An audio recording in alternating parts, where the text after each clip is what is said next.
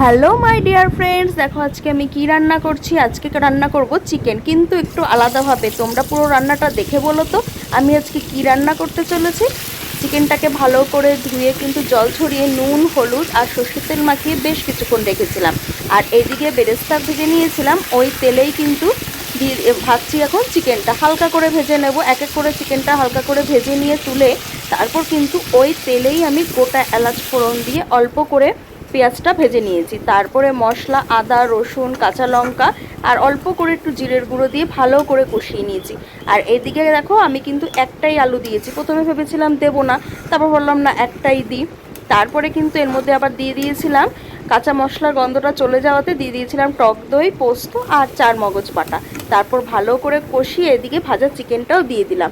এবার ভালো করে কষাবো, ভালো করে আগে মিশিয়ে নিয়ে তারপর আস্তে আস্তে ভালো করে কষাবো। একটুও কিন্তু জল দেবো না, এরকমভাবে হালকাভাবে ভালো করে আস্তে আস্তে করে আঁচ দিয়ে কিন্তু এটাকে ভালো করে কষিয়ে নেব। আর এদিকে দেখো আমি কিন্তু ভাতটাও বসিয়ে দিয়েছি।